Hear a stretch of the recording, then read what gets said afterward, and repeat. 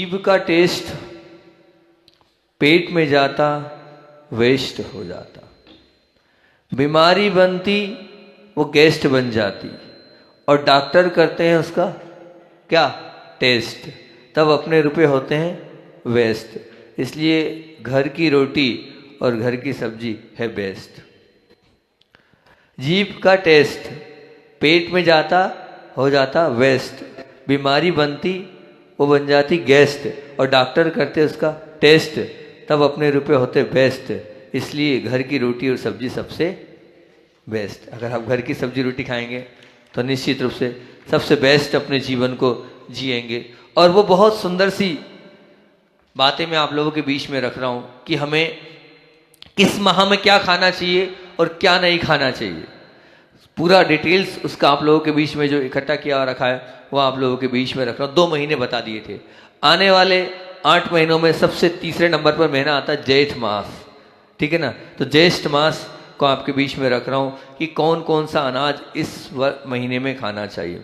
तो कहते हैं कि अनाज में जौ और जौ का सत्तू बिल्कुल जेठ मास में बहुत अच्छे से खाना चाहिए।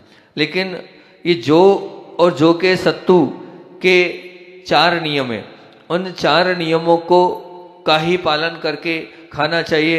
वो 4 नियम अभी कौन से हैं तो मैं आपके सामने वो 4 नियम, अधिकतर वो गलती होती है सत्तू खाने में, वो जो गलती होती है उसको ध्यान रखना होगा। अगर हम मान लो वो नियम अगर नहीं ध्यान रखेंगे तो मामला पूरा बिगड़ जाएगा, और वही सत्तू जो लाभकारी है वो हानिकारक हो जाएगा अगर हमने वो सत्तू के अगर हमने नियमों का ध्यान नहीं रखा। तो सबसे पहला कि जब भी आप सत्तू खाएं तो सत्तू में बाद में पानी ना मिलाएं, ध्यान रखना।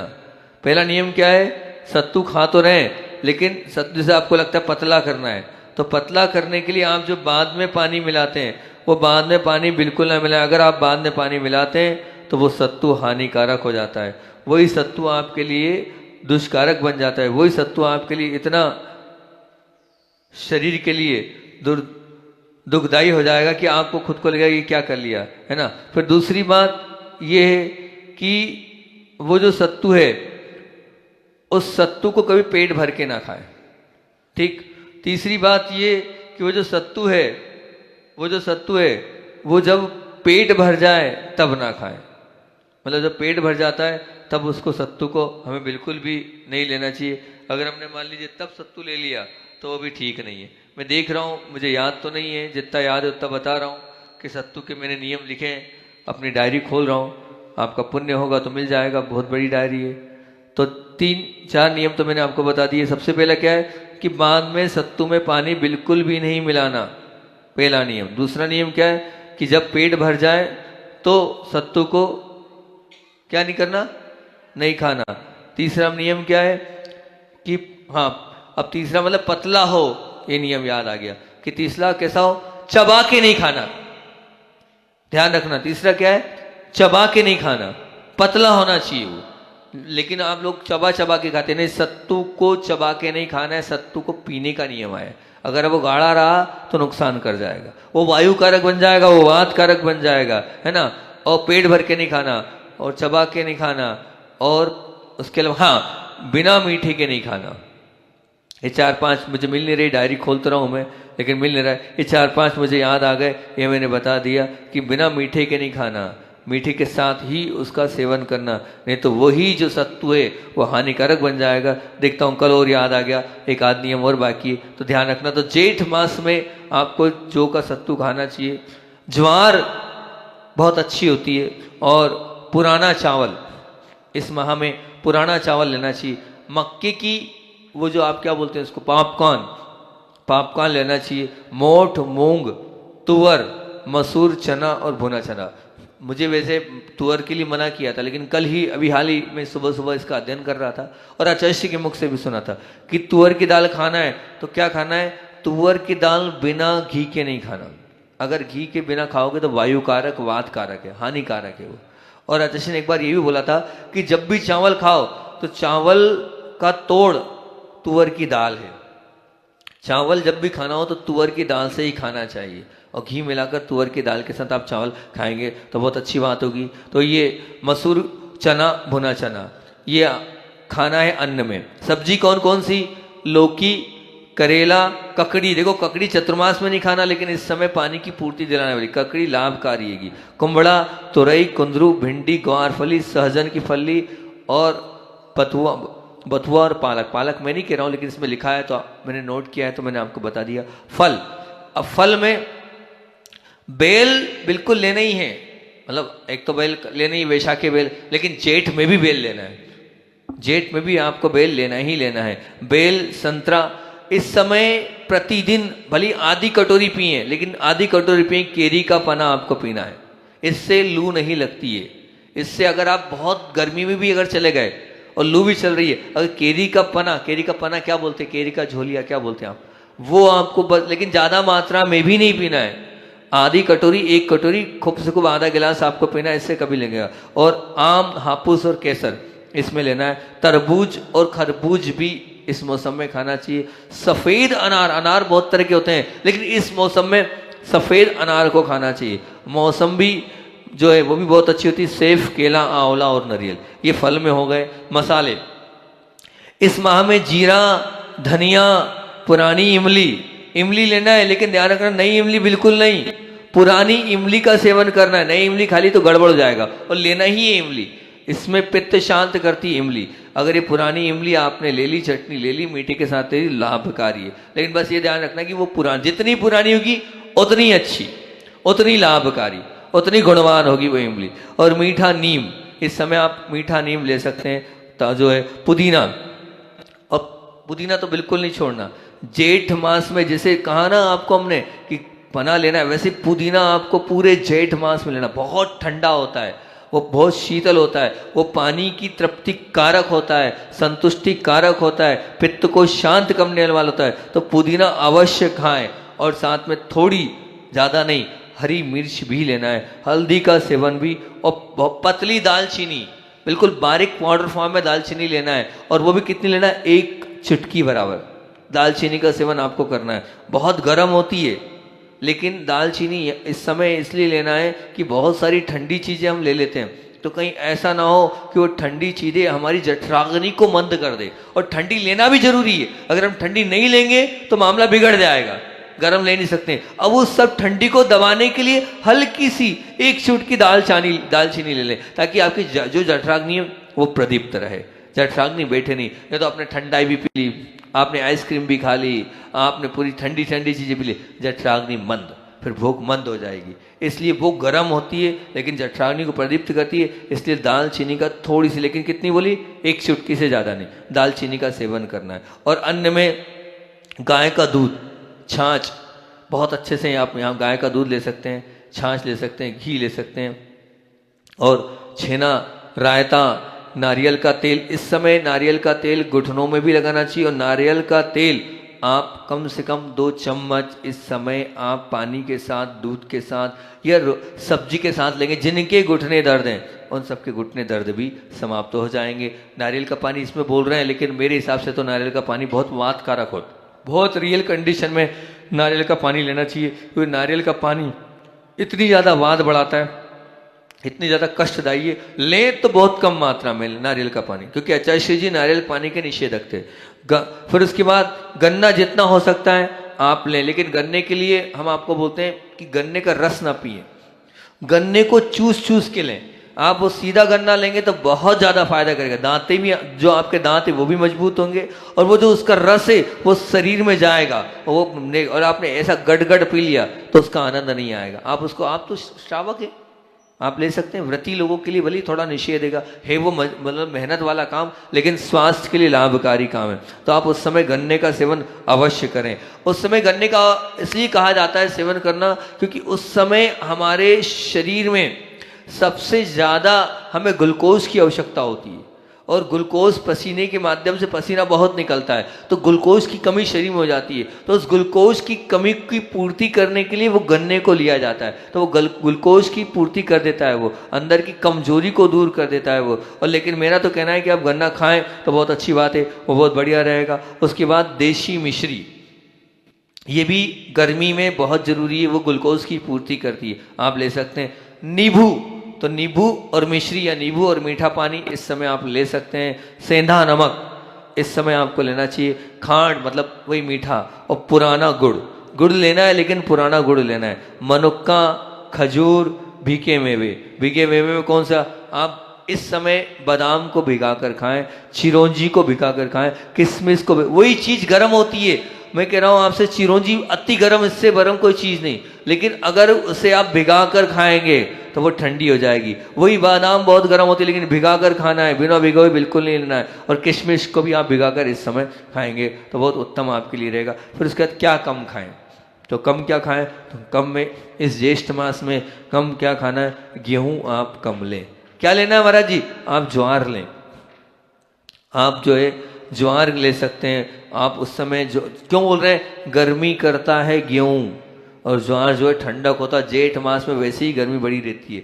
आप उसके अलावा बिल्कुल टमाटर जो है ना, मैं तो कह रहा हूँ टमाटर ले ही ना, क्योंकि टमाटर जो होता है वो निश्चित मान के चलना आजकल वैसा बचा नहीं है। उसके जो बीज है बड़े हानिकारक होते हैं, वो जम जाते हैं तो पथरी का कारण होते हैं। कम खाएं टमाटर। सौंफ उल्टा मामला है। जेठ महाराज जी सौंफ बोल रहे हो, क्योंकि सौंफ जो होती है इसमें कम खाने को बोला है। सौंफ को आप ये मान के चलना, सौंफ इस समय नहीं खानी चाहिए, लेकिन आप लोग हमेशा गर्मी में सौंफ देते हैं। खाना है लेकिन कम खाना है। सौंफ खाना है लेकिन आपको इस समय कम खाना है। राई बिल्कुल नहीं। मेथी समझते ना, जो वो नहीं लेना है। अजवाइन, सज्जी मतलब कम खाना है। सज्जी खार, काली मिर्च, तेल, तिल, लस्सी और श्रीखंड। अब देखो मामला बिगड़ रहा है। हम लोग लस्सी और श्रीखंड खाते हैं जेठ में, गर्मी में वही लस्सी लेते हैं और वो श्रीखंड लेते हैं। लेकिन मना क्या है? मैं आपसे कह रहा हूं अभी लो, आप जितना दही ले सकते हो लो। ठंड में जितना, कल भी हमारे सलील जी आए थे वैद जी भोपाल वाले, तो उन्होंने कहा, मैंने कहा मैं नहीं लेता हूँ, मैं गर्मी में नहीं लेता हूँ, मैं गर्मी में बेल लेता हूँ। मैं पूरी गर्मी बेल लेता हूँ, बेल का सेवन करता हूँ। मैं बेल के साथ दही लेता नहीं हूँ। दही कब लेता हूँ? मैं दही अभी लेता हूँ। कार्तिक के बाद स्टार्ट हो जाता है श्रीखंड लेना, दही लेना। आप जितना लोगे, शरीर अभी क्या है कि दही को पचाने के लिए वो शक्ति चाहिए, श्रीखंड को बचाने के लिए शक्ति चाहिए। वो बहुत पाचक, मतलब उसके अंदर के जठराग्नि, अब जठराग्नि उस समय मंद रहती है गर्मी में, और उस समय हम दही खाते हैं, वो और मामला बिगड़ जाता है। अभी आप दही खाएं, अभी दही शरीर को लगेगा, और वो साथ साथ में आपको मोटा भी करेगा, और वो आपके विटामिन की पूर्ति करेगा। तो अभी दही खाना चाहिए, बहुत अच्छी बात है। उस समय तो नहीं खाना चाहिए, मैं ऐसा बोल रहा हूँ। तो यहाँ पर क्या करिए कि यहाँ पर कम खाने में तिल, लस्सी, श्रीखंड कम खाएं, ना खाएं। अब क्या बिल्कुल नहीं खाना है, इसका बहुत ध्यान रखना जेठ मास में। बाजरा बिल्कुल नहीं, बहुत गर्म होता है। उड़द बिल्कुल नहीं। कुल्थी की दाल बहुत गर्म होती है, बिल्कुल नहीं। बैंगन वैसे लेना ही नहीं चाहिए, फिर भी फूल गोभी, पत्ता गोभी, और क्या बोला है, पत्ता गोभी के साथ पपीता, लाल मिर्च, हींग, सौंठ, ये सब गर्म चीजें। हींग, सौंठ, लौंग, नई इमली बिल्कुल नहीं लेना, ध्यान रखना, मैंने पहले बोला पुरानी इमली लेना है। फिर उसके बाद जायफल, जावित्री, अलसी, मूंगफली, रिफाइंड तेल, केरी ऑफ डेयरी का घी, बटर और पनीर, आयोडीन, नमक, सफेद शक्कर, नया गुड़। अच्छा देखो, दही नहीं लेना है ना, बिल्कुल स्पष्ट ध्यान रखना। लेकिन यहाँ क्या कहा, श्रीखंड हल्का कम ले सकते हैं, दही क्योंकि जो खट्टा होता है। और नया गुड़, चाय, कॉफी, फ्रिज का ठंडा जो भी सामान है वो बिल्कुल नहीं लेना है। अब उल्टा होता है, उस समय हम फ्रिज का ठंडा सामान, लेकिन यहाँ मना किया। और खमीर वाली चीज़ें हमें बिल्कुल भी सेवन नहीं करना है। ये ज्येष्ठ मास का पूरा मैंने आपको बता दिया। अब पूर्णिमा के बाद आषाढ़ के अनुसार खान पान में विशेष परिवर्तन हो जाता है। ये अब ज्येष्ठ मास के बाद कौन सा लगेगा? आषाढ़ मास लग जाएगा। ठीक, आषाढ़ मास में मामला दोनों रहता है, ठंडा भी रहता है, गर्म भी रहता है, क्योंकि पानी वाला मामला रहता है। तो उस समय जो अनाज है आप उसको लिख लें, अनाज कौन कौन से खाना चाहिए आषाढ़ मास में। तो कहते हैं अनाज में आप इस समय वही जौ लें, ज्वार लें, चावल लें, मक्का लें, और चना लें, मूंग लें, तुअर लें, मसूर लें और मठ लें। मैं बहुत फास्ट इसलिए बोल रहा हूँ क्योंकि मान लो इसी में रहूँगा तो मुझे आपको बीमारियों के विषय में जो बहुत देना है वो मैं नहीं दे पा रहा हूँ। ठीक है ना, उसको भी आज मैं सोच रहा हूँ, आज नहीं तो कल तक खत्म करके। आपके कितने दिन बाकी बचे हैं स्वास्थ्य में? कितने दिन बचे बाकी? 4 दिन बचे। वो जो 2 दिन में आपको बीमारियों के विषय में दे रहा हूँ वो मुझे देना और जरूरी, लेकिन ये भी देना जरूरी है, क्योंकि ये दूंगा तब तो आप मेरी मानेंगे। यूँ तो पुस्तकों में लिखा है, लेकिन मैं सुनाऊंगा तो आप सुनेंगे और वो मानेंगे।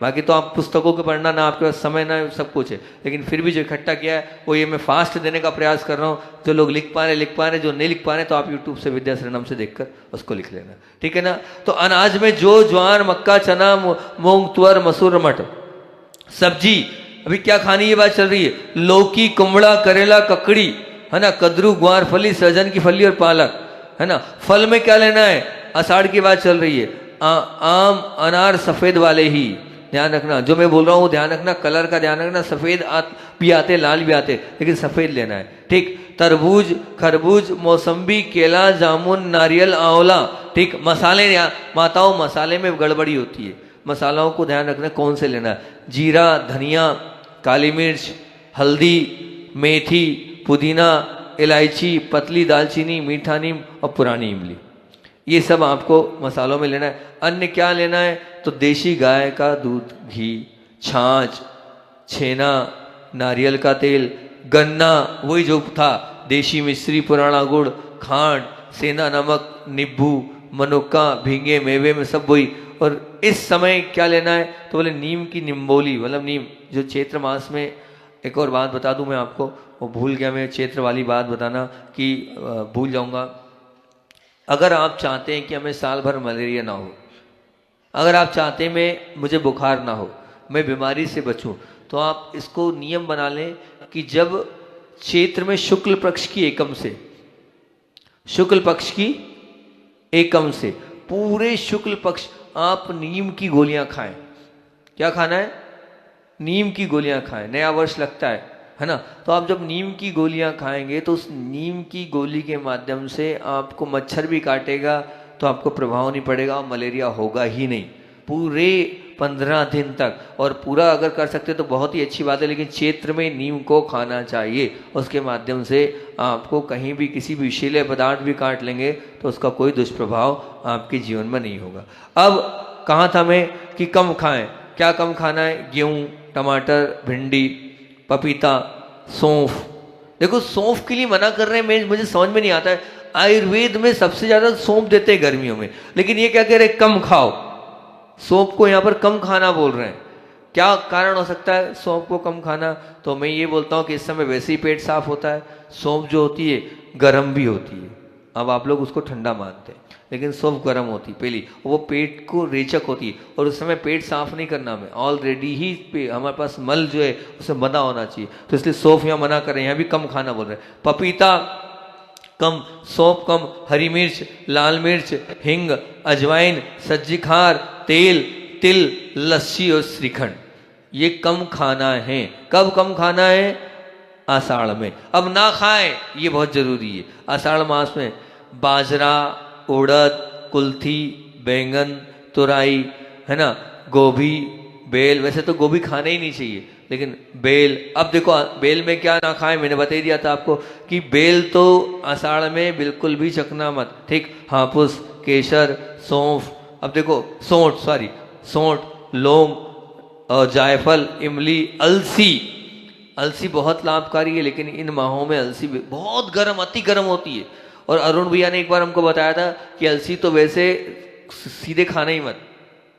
अरुण भैया एक बार आए थे संग में, मैं अलसी सबको चलाता था, सिकी हुई अलसी बहुत लाभकारी है। एक बार मैंने उसका लेक्चर सुना तो मैंने संग में स्पेशल अलसी बुलवाई और चालू कर दी। फिर भैया जी आए, अरुण भैया, उन्होंने कहा नहीं, इस अलसी को चलाना भी हो तो सौंफ के साथ चलाओ तो वो ठीक रहेगी। तो आप इसके साथ, और मैंने इसको और इसकी अपेक्षा मैंने इसको चलवाया उसके साथ तो और फायदा करा, मैं आपको बता देता हूँ वो और फायदा करेगी। सौंफ तो आपने बोल रहा हूँ, मैं सौंफ से ज़्यादा बता रहा हूँ आपको, वो जो आप अपन लेते हैं ना धना, धने की क्या बोलते हैं उसको आप, धने की दाल, बिल्कुल धने की दाल बोलते हैं ना, जो कहीं कहीं हम जब होटलों में जाते थे तो मतलब उसके बाद सौंफ के साथ वो धने की दाल मिलती थी, अब उसके साथ खाएं वो और उत्तम है, सौंफ से उत्तम है।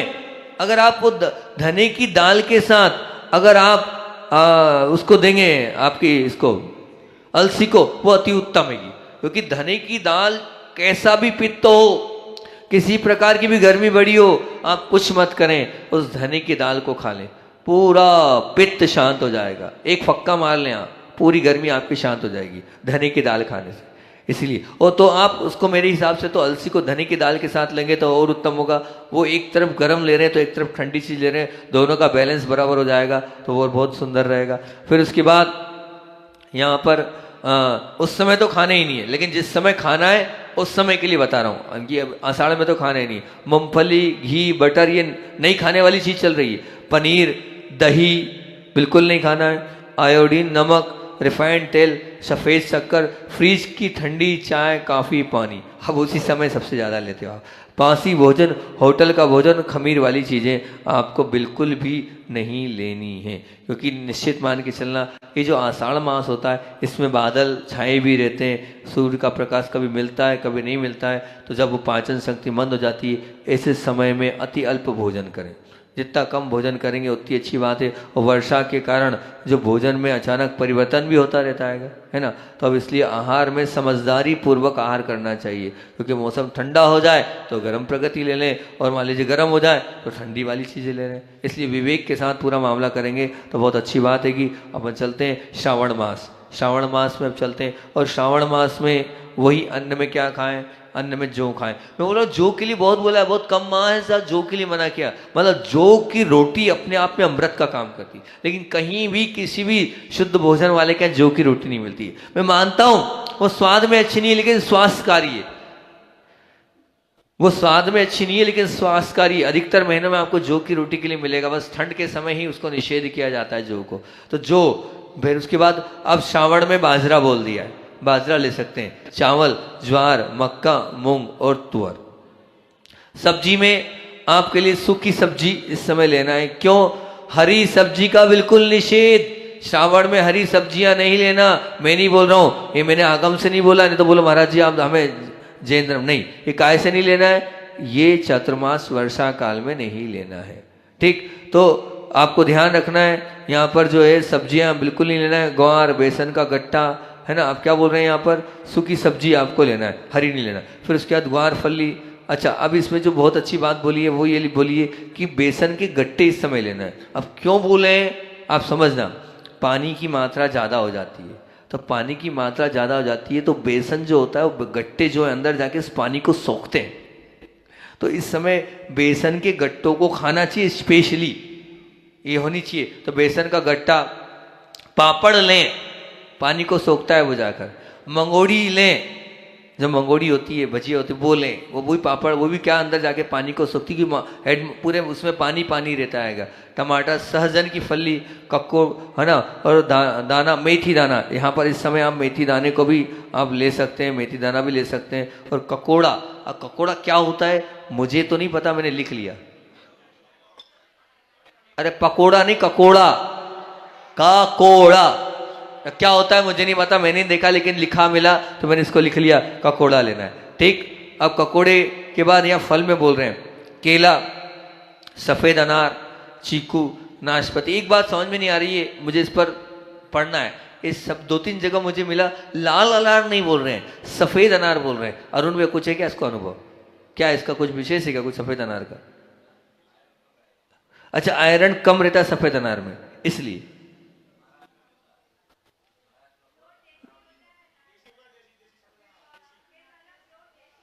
अच्छा ऐसा है, इसलिए बार बार सफेद सफेद का 2-3 जगह पढ़ने में आया। सफेद अनार ही लेना है, लाल अनार का निषेध करना है, क्योंकि वो देसी होता है और वो जो लाल होते हैं विदेशी होते हैं।